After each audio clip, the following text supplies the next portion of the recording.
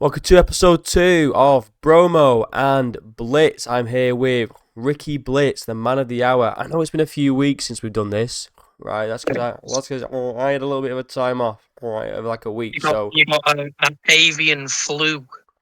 Yeah, I fucking did. But we're gonna try and get back onto it weekly, every Saturday now, because I feel like we're uploading it a little too late on the Friday because I need to get back from work. We need to record, we need to upload, blah blah. So it's Saturdays, Bromo and Blitz, right? Bromo and Blitz. Oh yeah, absolutely. So we got a few things to talk about because a lot's happened since the last podcast, dude. And we're gonna start off on the big one. Everyone knows my views and thoughts on this because I've done a few videos on it now. But Jon Jones, man. Jon Jones finally retired after keeping the belt hostage for 8 months, I believe. 8 months. I think he fought in November. It's something like 800 and odd days. Second only to Cain Velasquez. Mad. It's mad that he kept it that long. Yeah, I know. I mean, so in that whole title reign, since beating Cyril Gane, he defended it one time against a retired fighter in Stipe Miocic. He was 42 years old, I believe. The age gap between Jon and Stipe is only 1 year less than Jon and Tom, which is a fun stat to throw out because a lot of the narrative for the Jon and Tom fight as to why it shouldn't happen was because of the age gap. Yeah. You know, it's just wild to me. And I saw Jones tweeted actually earlier today that he wrote a big paragraph, but at the start of the paragraph he says, "I've been retired since last November." So if you knew that if you've been retired since last November, why have you held the belt until June? I think really that's just comes down to like a spiteful thing on Jon's side. He's that type of person that's like, you know what, this Tom Aspinall, he's got a lot of fans behind him. He's kind of annoying me without really doing anything, so fuck this guy, I'll hold on to the belt for as long as I can. Yeah, I think so as well. And you know what? That's just Jon all over, isn't it? That's just Jon all over, doing whatever he wants, whatever benefits him. And even if you ignore, like, let's just say that the Aspinall fans are salty, that this, that, whatever. I don't think Jon realises that his own fans have been waiting for him to fight. His own fans. I was thinking about this earlier when I was thinking about the topics for today. But it's not just us, the Aspinall fanboys that have been waiting to see this fight. Jon Jones' fans have been waiting for him to fight or do anything for 8 months. And he's just left them hanging too. So, it isn't just us or the heavyweights. It's also his fans. He's literally done this for his own personal gain or entertainment. And, he was offered the money that he asked for. He accepted it according to Dana White. Then he changed his mind. Dana White has no idea why he changed his mind, by the way, which he's like the only person on planet Earth that has no idea why Jon Jones doesn't want to fight Tom Aspinall. He's adamant that he's not ducking him still. Have you seen that? Yeah, I've seen it. I think Dana is in too deep at the moment. He's gone to bat for Jon. So he's what? He's in too deep. Whoa! He's gotten to the point where he's defended Jon that much that he can't really go back on it now. I think, like in a few years' time, given some distance, I think you're going to see Dana start to badmouth Jon quite a lot. Yeah, I think Dana's going to be promoting Tom as the baddest man on the planet, and maybe without even like straight up dissing Jon. He might say something like, Aspinall, he's the guy. He's fighting everybody at heavyweight.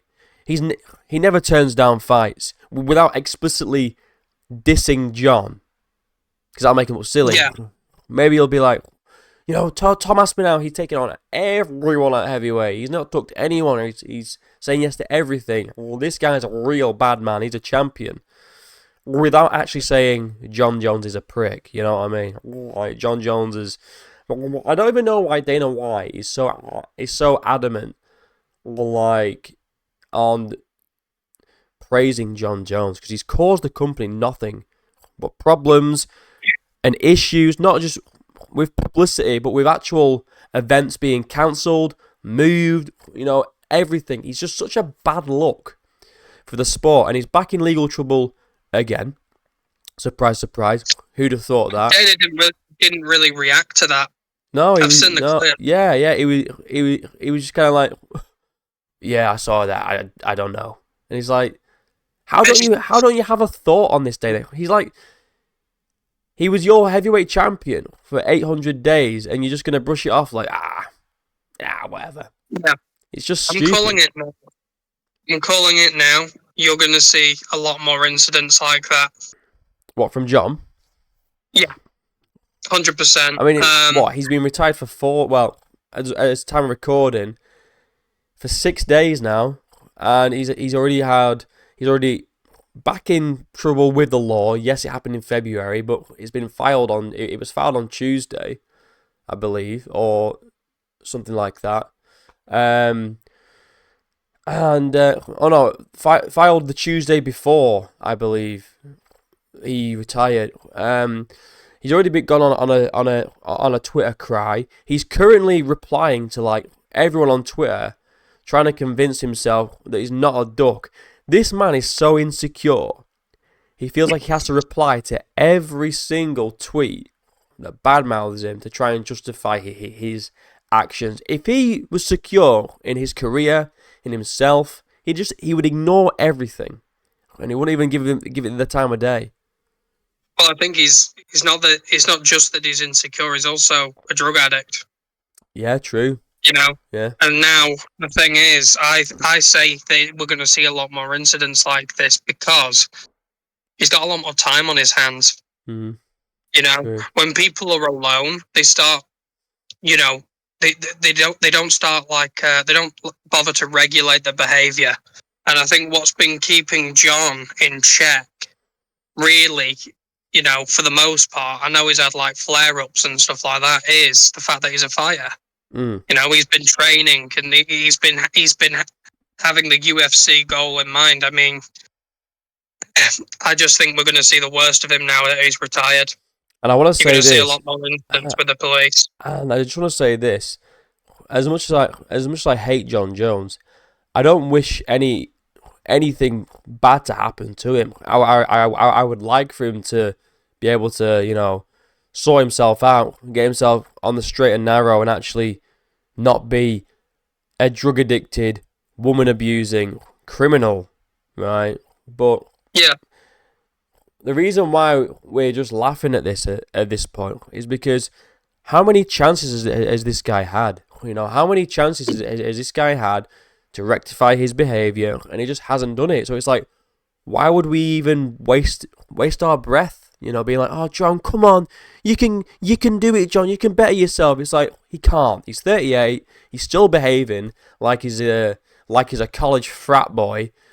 Driving drunk and doing this and that. And it's like, I agree with you. I think we're going to see more of it. I think it's too late down the line in Jon's life where he's not going to be able to correct himself now, and I think it's going to be a lot like Conor.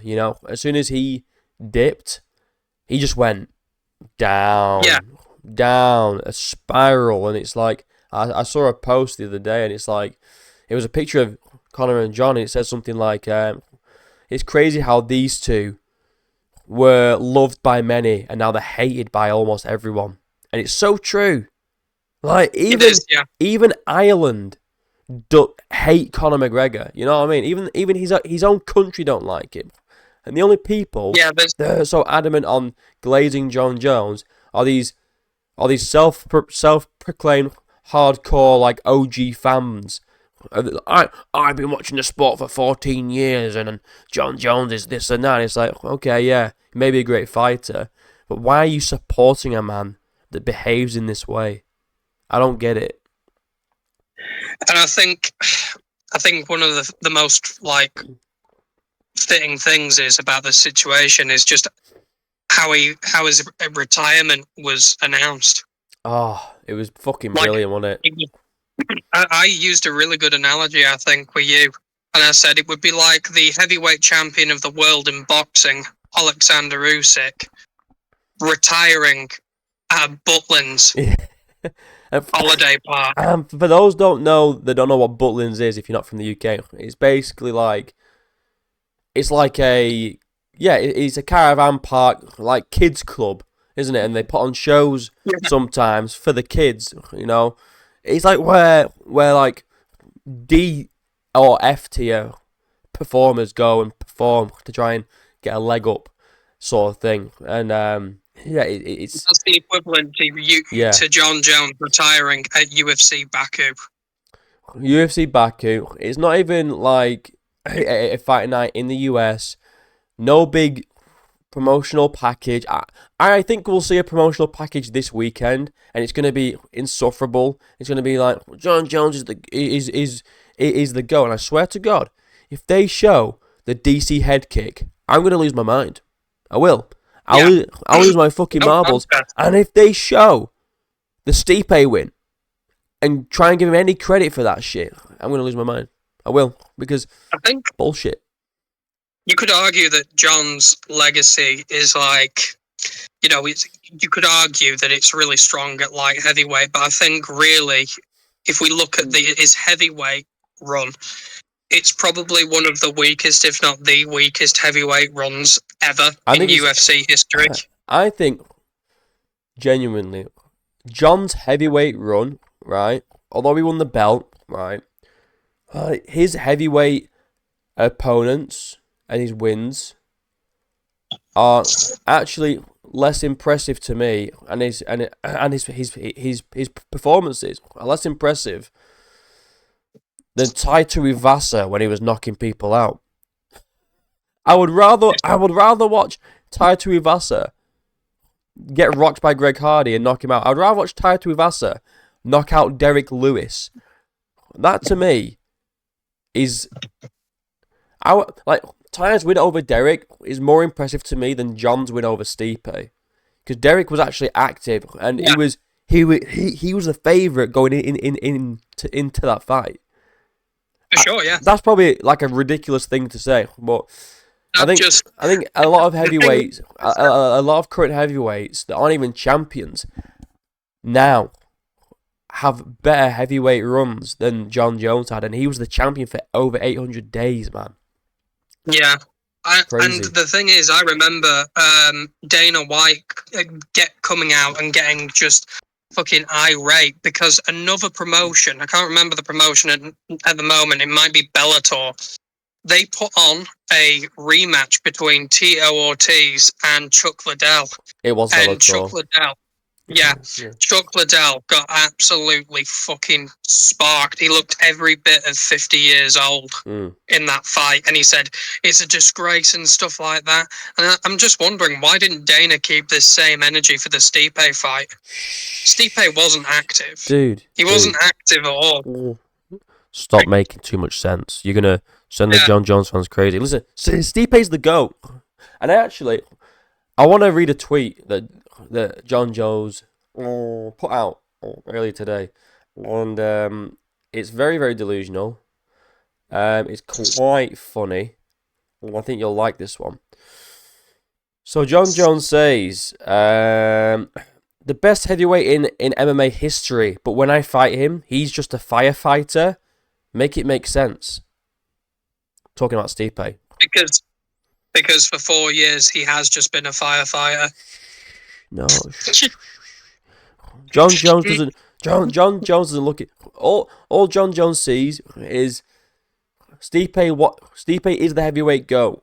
So if I beat him, no matter what stage of his career, that means that I beat the best heavyweight on the planet. It's like getting back. Who's a really old heavyweight that was like really good, really good, like. Oh, that one guy that we play as, in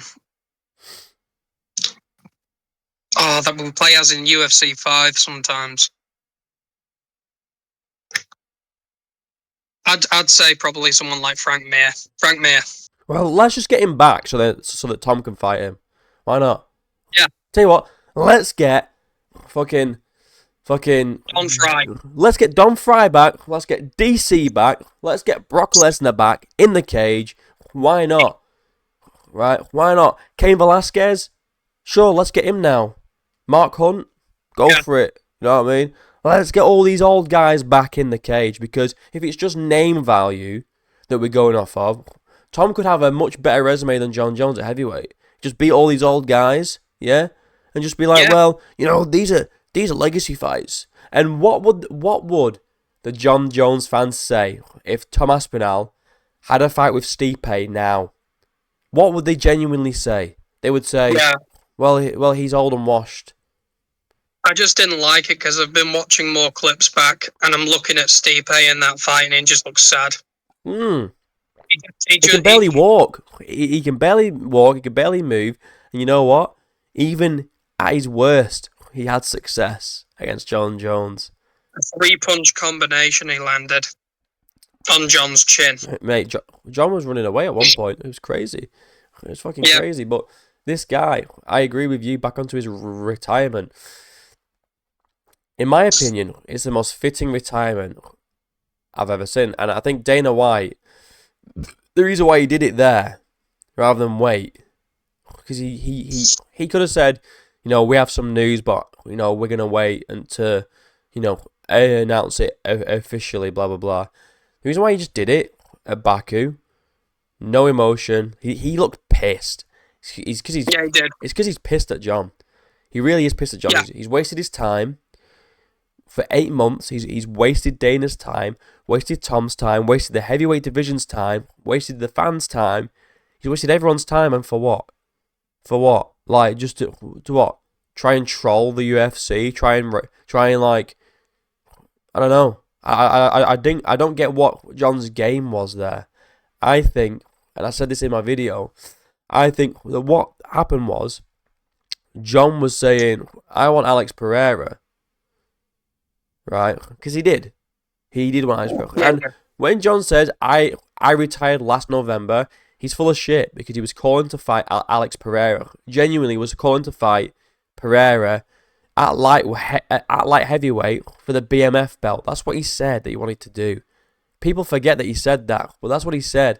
And I think Jon Jones said, well, I want to fight Alex. And then Dana's gone, no, Jon, it's Tom or it's no one. And Jon's gone, alright, then no one then. And then he's just retired because he's not got what he wanted. And you know what? I disagree with that, because he's actually agreed to it at some point, hasn't he? That's true. But he might have changed his mind and gone, actually, I want Alex first. Maybe. This is what I mean. It's a fucking mess, bro. This whole thing's been a mess. We have missed out. We have missed out, right, on Ilya versus Islam and Tom versus Jon. The two super fights of this generation, we're not getting. Yeah. We're not getting. And it's just crazy. And it's so annoying because, like, what? I mean, the only other super fight that I can really think of that's coming up is DDP Hamzat, which is fucking mega. But, I mean, we'll save that for a different pod when we get closer to the time. But, because I know we'll have a lot to say on that one. But it's like, we've been waiting for the past year for these two super fights. And it's like, they've just let it slip. And why? So we can see Islam fight JDM that no one asked for. And we can see Tom hold on to the belt for 8 months and then retire. It's just, it's a sad time for the UFC. But it is what it is. I also think it's worth noting just the disrespect to Tom Aspinall as well. Yeah, absolutely. To announce it, that he's the, you know, undisputed heavyweight champion of the world at UFC Baku, when all he's done is really just, I mean, fuck him. Fuck Tom Aspinall, because all he's wanted to do is fight as a fighter, you know, so fuck that guy. Oh, yeah. You know, but I want to see the UFC really make it up to him. Let's just say, right, Tom Aspinall was busy when Baku was on. He wouldn't have even known. He would have, like, gone on social media, seen all the headlines and just been like, wait, what? What? I watched an interview and he was about to go to bed. Yeah, that's what I mean. And he's like Thomas Finau's dad. He came out and said he's really not happy with how they did that. Like, not even a phone call. I mean, if Jon Jones called Dana White the previous night, why wouldn't they then ring Tom Aspinall and just say, by the way, Tom, this is what's happening. We're gonna announce it tomorrow, just so you know. This is what's going on. You are now the champ. Congratulations. But they've gone, you know what?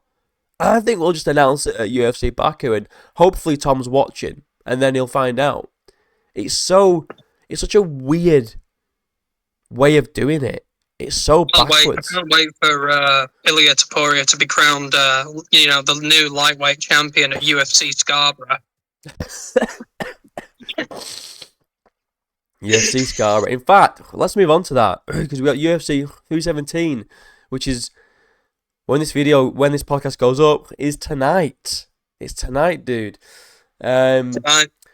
I'm pumped. I mean, the main card looks pretty good. It could be better for in International Fight Week. I mean, we've had better International Fight Week cards. I mean, card opener, we have Peyton Talbot and Felipe Lima. None of them are ranked.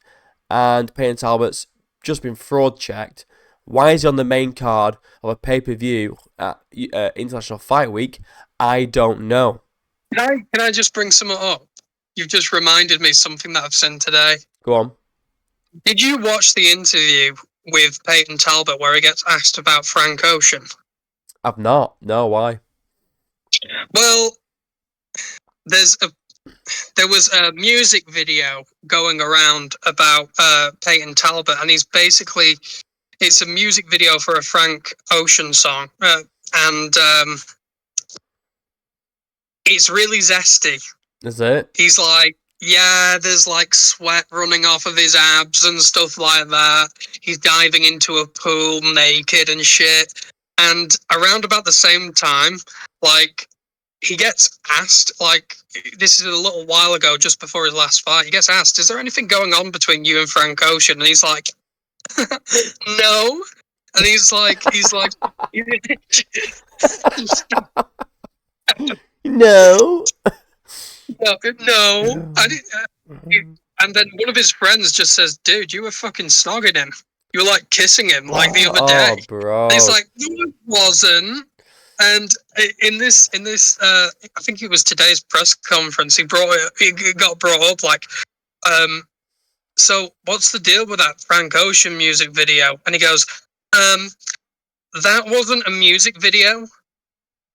And he's just like really sheepish. So what is that? So what was it then? It was just him and Frank Ocean being gay. That maybe. Dude, listen. Felipe Lima needs to knock this fool out. I'm telling you right now. He needs to knock him out and I'm sick of these fruity fighters, bro. Finish the sentence. I'm not gonna finish the sentence. I'm sick of these. I'm sick of these fruity fighters. Sick of Izzy. Sick of Sean. Sick of Peyton Talbot, bro. He pole dances and he vapes up his ass. Have you seen that video? Yeah, I think I have. Yeah, he takes like smoke enemas or something like that. He vapes up his arsehole, bro. He's a weird guy. He needs to get knocked out by Felipe Lima, but I think he's gonna probably win it. But I think he's probably gonna win a decision. Is Felipe? But anyway. Yeah, me too. Anyway, yeah. So he's opening the card, the fruity Frank Ocean boy, which is, I mean, I wouldn't mind it, but it's International Fight Week, supposed to be one of the biggest cards, and it really feels like we've only got one big fight, which is the main event, and the co-main's good. The co-main's very good, but yeah, does Cara France deserve a title shot after just, I'm pretty sure he's on a one fight win streak against Steve Erceg. I'm pretty sure that is. I mean, I could be wrong. I could be remembering it wrong, but I'm pretty sure he's knocked out Steve Erceg. He's now getting a title shot. I mean, obviously, the fight for me to make, and I don't know why the UFC. I think they tried to make it, but it got cancelled or whatever. But Why not rebook it? Cara France and Manel Cap. There was real beef. That build-up would have been hyped as fuck. That could have main evented a fight night. It could have been a feature fight of a pay-per-view. That would have been huge. That would have been money. But instead, Manel Cap was supposed to fight Roy Val, I think, on this card. But Manel Cap pulled out again. I like Manel Cap, but he's taking the fucking piss at this point. He's pulling out of every single fight that gets booked for him. He's like, oh, I'm injured. Oh, I'm this. Oh, I'm that. Like, just stop pulling out of fights. And then you'll maybe get a title shot. Yeah. You know what I mean? But co-main's decent. And then we got Dariush and Moicano. I didn't like the fight when it got made the first time. I don't like it now. I don't get it. I mean, I guess Dariush is technically higher up in the rankings. But it's like, again, missed opportunity to make Dariush and Moicano and Paddy. Missed opportunity there. Why are they missing out on these opportunities to make these money fights that Paddy would take? Well, maybe not now because he's trying to fight up the rankings. But when Paddy, sorry to interrupt, but before Paddy fought Chandler, why not book Moicano versus Paddy? I don't get it. Because I think the UFC's got this mentality of quantity over quality at the moment. They've been around for 30 years at this point, and they're more focused on putting out a consistent average card than a card that's fucking awesome these days. Unless it's in Abu Dhabi, unless it's in Abu Dhabi or Saudi Arabia, they get the banger cards, mate. If you seen the fight for Saudi or Abu Dhabi coming up, the Whittaker versus RDR card, dude, it's fucking. Oh stacked. Yeah, oh no, that's ridiculous. It's just stupid. It's stupid.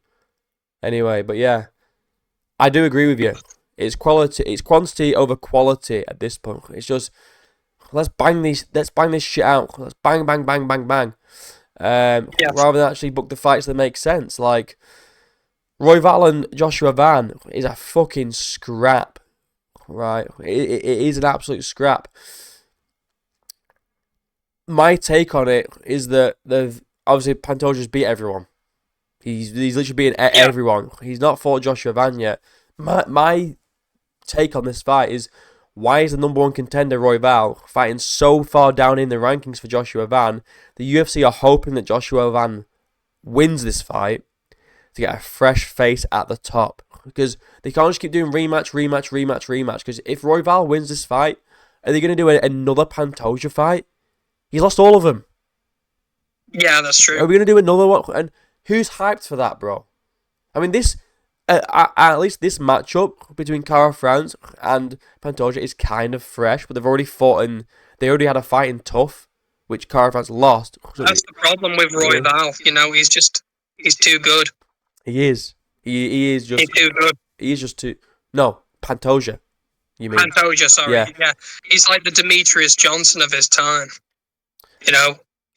Is it a hot? He's just laughing. Is it a hot take to say maybe he's greater than Demetrius Johnson? At this point, it isn't, because he's just running out of people to fight. He's running out of people to fight, and if you look at flyweight now compared to back then, it's more stacked now, isn't it? Skill levels higher. Much more stacked. But people don't give him his respect that he deserves. But yeah. I mean, I think that's what they're trying to do with Joshua Van, is just try and fast track him to the top, so they can actually promote a fresh flyweight matchup, because they're running out of guys. It's the same. It's the same problem that lightweight has. Poirier and Gaethje have been in the top 5 for how long now? None of the new guys coming up can beat them. You know, they're just kind of gatekeepers. They had Benoit Saint Denis come up, lost. Fiziev's tried to beat Gaethje twice. He's lost. What else are they supposed to do? You know, I feel like that's kind of the same problem at flyweight, is your Brandon Morenos, your Roy Vals. You know, these top guys. They're just not getting. They're not getting beat by these up and coming. I mean, they had Tatsuro Taira, the prospect, to fight Roy Val, and Roy Val beat him. So that's him gone. You know, they had They had to bring in Kai Asakura from a different organization to try and fight Pantoja, and he subbed him. What are they supposed to do? It's just too good. The guys on the top are too good, and there's too much disparity between them and the guys below them. I think if anyone's got a chance, though, it's Joshua Van. It really is Joshua Van. I don't know who you think is going to win this fight, but I'm going with Joshua Van. Don't know if that's because recency bias, I'm on the hype train. I don't know. Maybe it is. I think Van's got momentum. He's got a lot of momentum. Although he did fight, I believe, on the 6th of June. This same month, he fought at the last pay-per-view or fight night, whatever it was. Ring rust, then. No, dude. This year, he fought in June. Jeez. This same month, he fought earlier on in the month. So he's turning around to fight Roy Val, number 1 contender. After beating, I think it was Bruno Silva. He beat Bruno Silva very convincingly, and then he's like, right, I'll take on Roy Val on short notice, number 1 contender at International Fight Week because Manel Cap's pulled out. Savage, bro. Absolute savage. Yeah, he is. He is a savage. What other fight is on there? So Peyton Talbot, talked about him. Fruity guy, hope he loses. Then we got the flyweights. Moicano, Dariush. I'm not excited for this at all. Me neither. To be honest. I don't really. I mean, Dariush has been out of the cage for 2 years. He hasn't fought since he got knocked out by Sarukin in 2023. He's coming off a 2-fight losing streak, getting knocked out in both of them. He got knocked out by Charles, knocked out by Sarukin. He's been sat out for 2 years. Well, not sat out. He was meant to fight Moicano in UFC 311, but then Sarukian pulled out. So then they I don't know why. I just feel like Beneil is really old. But he's the same age as Moicano. I know, but he just feels like he's much older. He does. He really does. I think it's because he's been in the UFC for longer and he's just got grey hair. You know, I think that's literally it. That's literally it. And he's kind of on a downfall because he's been, like I say, last 2 fights, 2 finishes, you know, and that they were 2 years ago. And Moicano, if we take out the Islam fight, because we can't really hold that against him, because it was 1 day's notice against Islam Makhachev, probably one of the greatest lightweights, if not the greatest lightweight of all time. If you take out that fight, if you look at his previous fight against Benoit Saint Denis, that was brutal.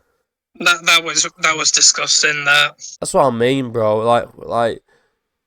That's the type of fight that takes years off your career. After 1 round, he looked like he went 5. It was just he just destroyed the guy. The guy. And then before that, he beats Jalen Turner. He beats Drew Dober, who is a bit hit and miss, but still it's Drew Dober. It's not a bad win, and I think he's on a roll if you ignore the Makhachev fight, which I don't really hold. Like I say, I ain't holding that shit against him one bit. 24 hours notice to fight Makhachev. He just didn't have a chance. I think even if he had like a full camp, I don't think he beats Islam Makhachev. No, me neither. But I think with this Dariush fight, man, it's just I don't know why they still want to book it. Like no one was hyped for it at 3/11. No one's hyped for it now. I've not seen anyone go, oh, this is a sick fight. This is unbelievable. Like, if you're gonna give Moicano anyone, you give him like Dan Hooker. That'd be a sick fight. Like I think Dan Hooker's ranked number 6. Like, why not give him Dan Hooker? I mean, Dan Hooker was supposed to fight Gaethje. He had to pull out. The build-up would be fun. Huh? The build-up would be fun. Exactly. Dan Hooker's a fun fighter. Moicano's a fun fighter. Dan Hooker had to pull out against Gaethje because he injured. I believe he injured his hand, but he's probably recovered a little bit now. I think that's the problem with Dan Hooker at the moment. His hand is absolutely fucked. Yeah, Yeah. Like, even now, I've seen it recently, his hand is just... Oh, is it still fucked? It looks like... Yeah, it looks like it's still fresh out of surgery. His hand is like a balloon. Well, why not? Well, why not give him my card? I don't know. I'd be more interested to see him fight like a Gamrot or something rather than Dariush. You know, someone that's like a bit more active. You know, I don't know, man. I'm just not that hyped for this fight. I think McConnell's gonna get it done though. If he doesn't, then Dariush will have to put on like a performance, like you almost forgot. I'm still here, boys. But I don't know, man. I just don't see it happening. I don't know what you think. Nah, I don't see it happening either. Were you? Shit fight. Not really interested in it. So, I mean, it's like, that's the feature fight. I mean, for me, I'm more interested in seeing Royval and Van, because that fight's going to be a fucking scrap. But yeah, I mean, that'll be that. I mean, if Moicano gets a dominant win, it'll be fun to watch. I mean, it could be a good fight. I'm just like, I don't really care, to be honest. I don't really care about it. Then after that, we've got the co-main, Pantoja and Cara France, as we've basically gone over already. I mean, yeah, Pantoja's he's just next level, isn't he? He just is next level. I don't think Cara France I don't see.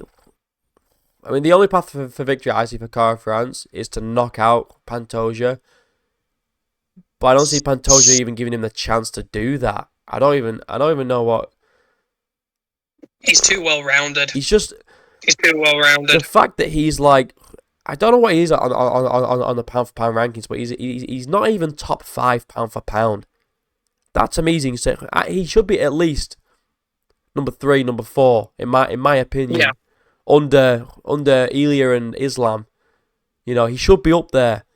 The disrespect that Pantoja has been getting, not just from the UFC, but a lot of fans, because people think flyweight's boring. I think flyweight is actually reviving itself a little bit now. You know, you've got like Van, you got Menel Cap whenever he fights, you know, and Pantoja's really proven himself to be one of the best champions, if not the best champion in terms of dominance of the modern era. He's better than heavyweight, mate. And that's saying something. Yeah, I mean, fucking. Maybe when we get this division going with Tom Aspinall wanting it to be active, heavyweight's going to be great again. But I feel like we need new heavyweights to really shake it up a little bit. Because you need a deeper pool of talent, I think. You've still got fighters like Derek Lewis and Taito Ivasa that are still ranked. How? No idea. Literally no idea how they're still even ranked or even in the company.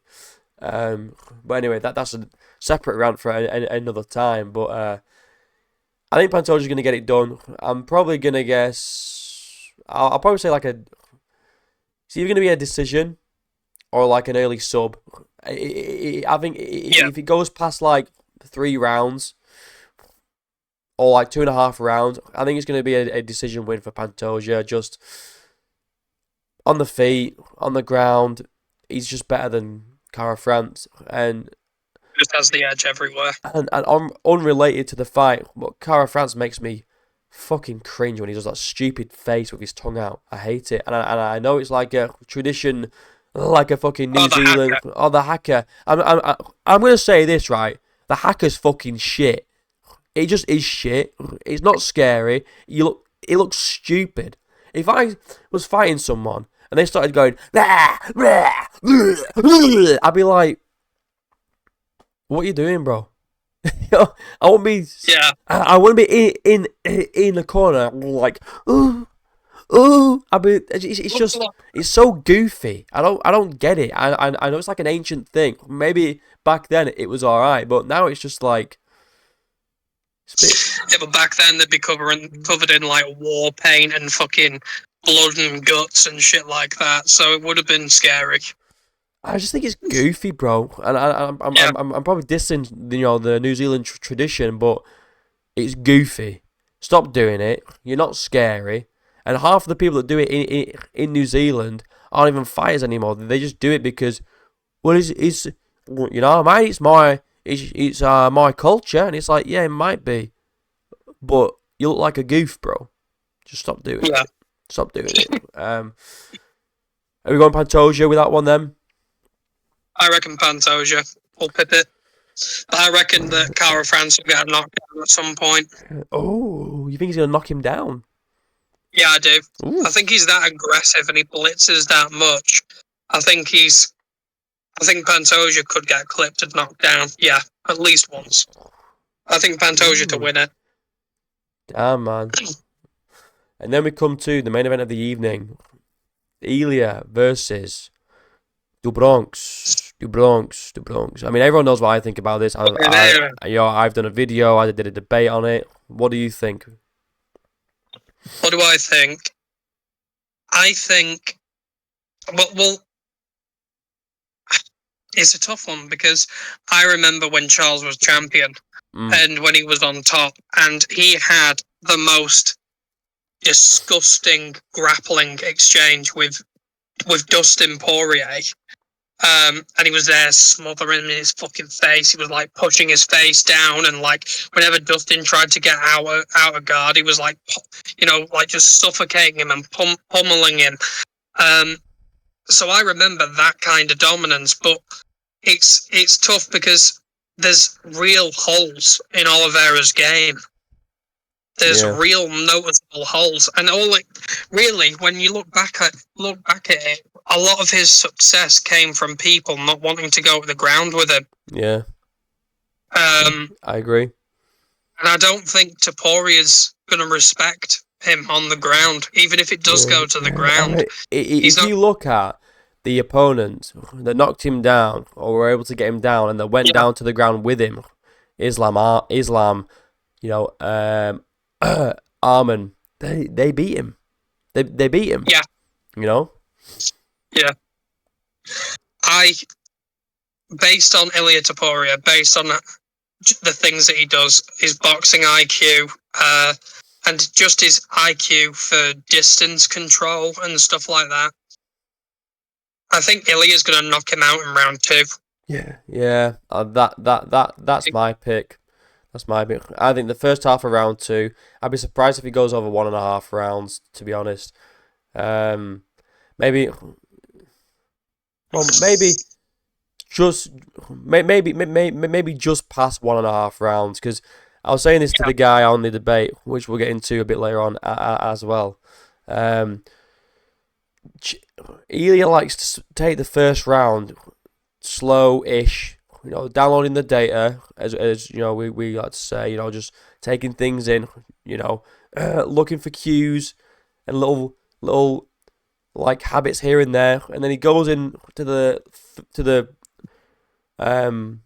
future rounds with that data and knowing, right, I can do this. I know that I can do this now, and I think Charles has literally been dropped by everyone that he's fought. Yeah. Recently. Dropped by Dustin. Dropped by Justin. Dropped by Chandler in both fights. Chandler in the first fight nearly beat him for the lightweight title. He was this close to beating Charles Oliveira in his second UFC fight. He knocked him down and was ground and pounding the shit out of him. Oliveira survived, fair enough, but it's like, yeah, he does, yeah, but it's like, even in the last Chandler fight, Charles looked good for 4 rounds, and what happened in round 5? Boom! Chandler landed a big one, nearly finished him in round 5. After, if someone as sloppy as Chandler's going to land on your chin after you've been schooling him for 4 rounds.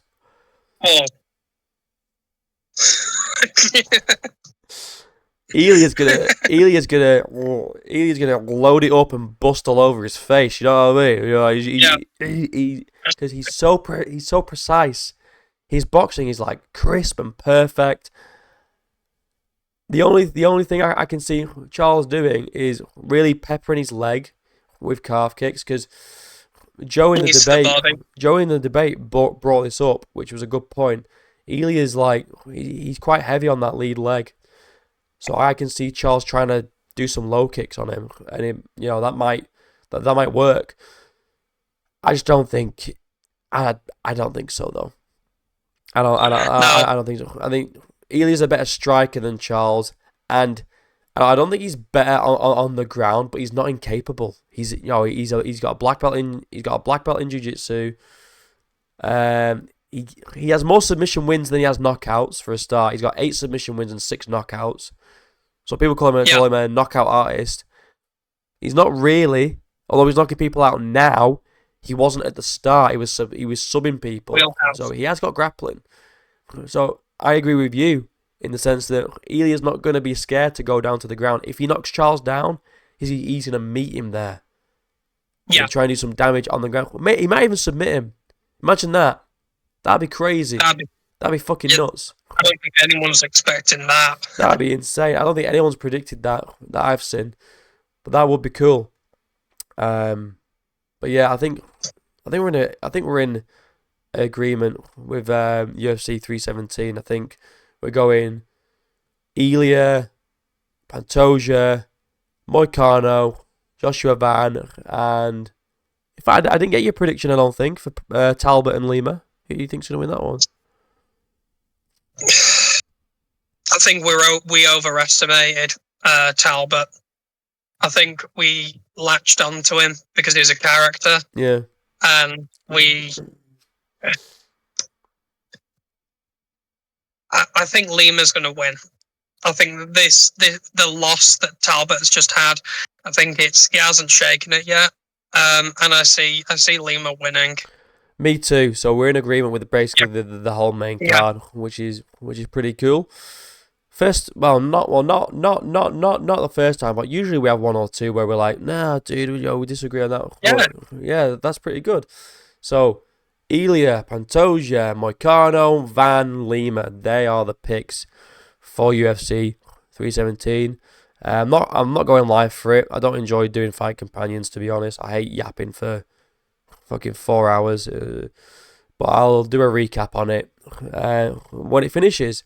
Now, just to close off this episode, we got Lopes and Silva been announced for UFC Noche. That's a fucking banger. Oh man, it's a banger. It's a banger, but it could have bad implications for featherweight. And what I mean by that is, Movzar's obviously fighting Pico, so that leaves one guy to get the title shot, and that's Yair Rodriguez. After what? Beating Patricio Pitbull. Yeah. Really? That doesn't really deserve it. That's what they're gonna make. They could have. Why not make Yair fight Pico? Movzar deserves it. Yeah. Is he a bit of a pedo? Maybe. A little bit. A little bit of a pedophile. But you know what? Just he still deserves a title shot. I think. He does. I'm telling you what, right? Movzar deserves to eat sugar again. Did you hear about that? Oh, well, Movzar has got this thing where he's like put out sugar completely, and he's like, I'm never going to eat sugar until I get the title. Oh, nice. I know. I didn't see that. That's why he looks fucking peeled all the time. Oh shit! No way. So basically, when he wins the title, we're gonna see Fat Evloev.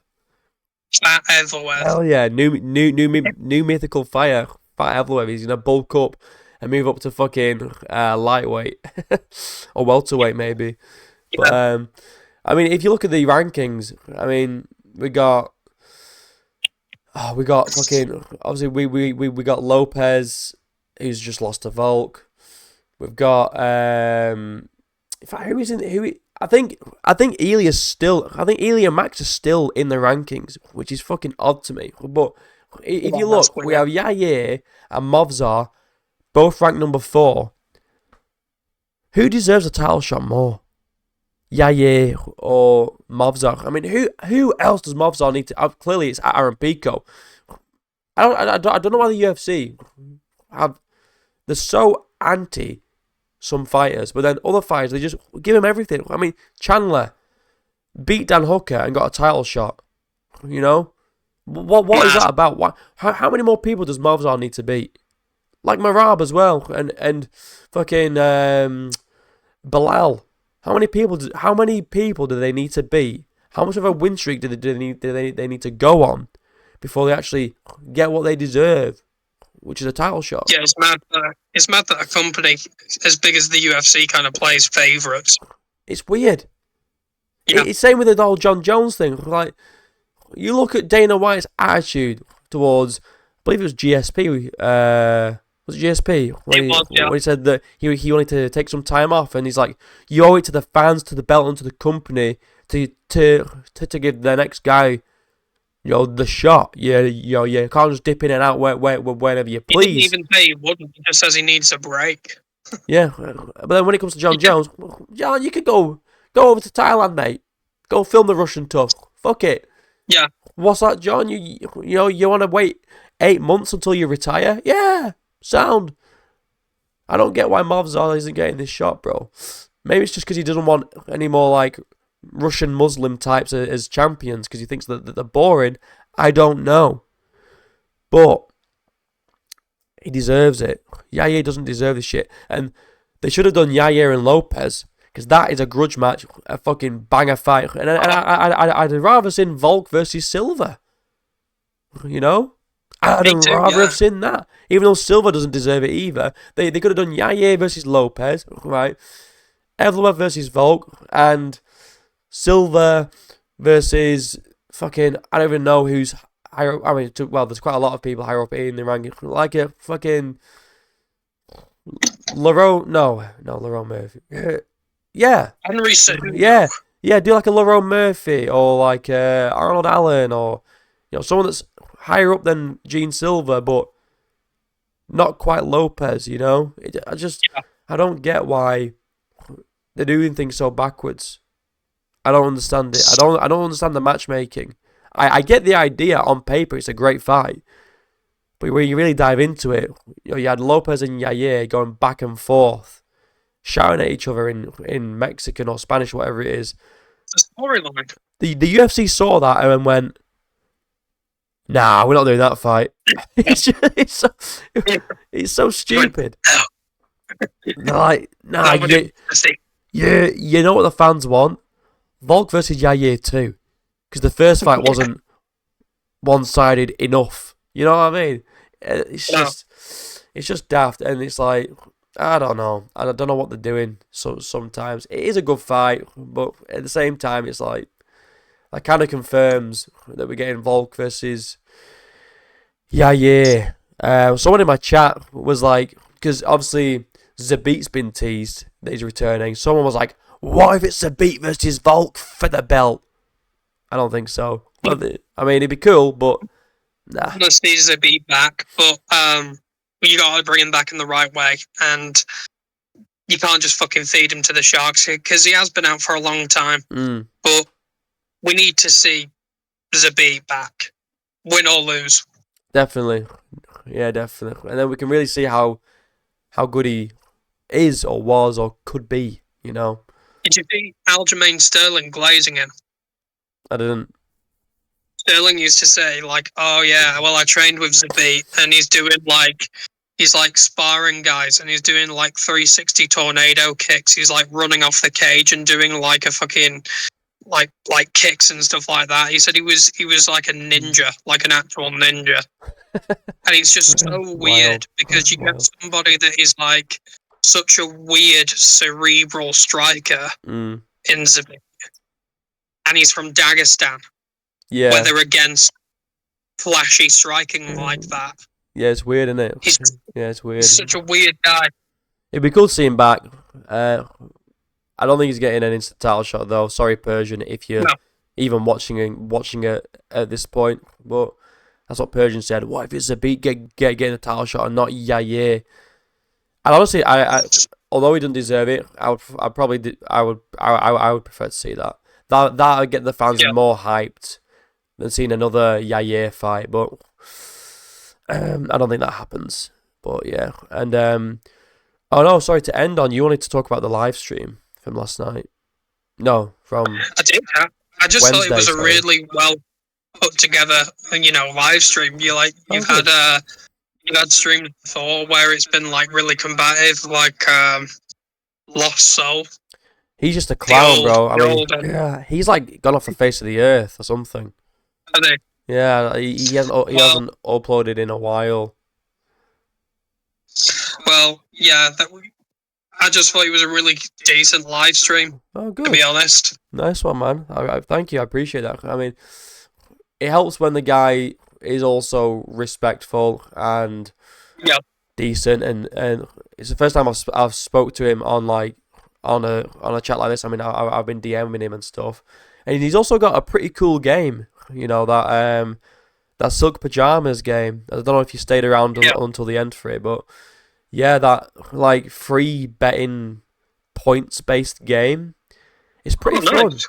It's pretty fun. I mean, I'll link it, and because he's also set us up a little fucking no Bromo like group on it, so people can join via the link, and we can basically how it works is we all make picks, and there's like a leaderboard who has the best picks for that season, and whoever gets the best picks wins that season. I think it's like 3 fight cards per season, and then obviously the winner is the one who gets the most picks right. So, or has a higher percentage of picks or something like that. I don't know, but I'm gonna try do it for each pay-per-view. It's quite fun. Like I say, I'll link it in the pinned comment or something like that, or I'll put it in the description. So be sure to check it out, guys. And if anyone's even still here, comment. What should they comment? Vacuum these nuts. Comment vacuum these nuts. Vacuum these nuts. Let's confuse people. And if you comment vacuum these nuts, I know that you've stayed for 57 minutes into the episode, which I appreciate. If no one does, you're all fake fans and I hate you all. But you won't even know that I've said that because you're not even here. So yeah. Anyway, that'll be it for this episode, I think, unless you've got anything else to add. No, not from me. Hopefully next week we'll get some heavyweight fight news. Maybe it'll be announced tomorrow. Who knows? Well, sorry, no. Tonight, sorry. Because it's Saturday today, definitely. It's not Friday. And then we can talk about that for next episode. If not, we'll keep an eye on some interesting UFC news. Or if nothing happens, we'll yap about something else. Because we got a lot of opinions on the UFC. Stay tuned. Next Saturday, episode 3 is coming. And yeah, thank you guys for watching. Like and subscribe. All the links are down below. Do you want me to link anything of yours or not? Or are you not bothered? Good. I'm good. Fair enough. Until next time, I'll see you in a bit. Thank you.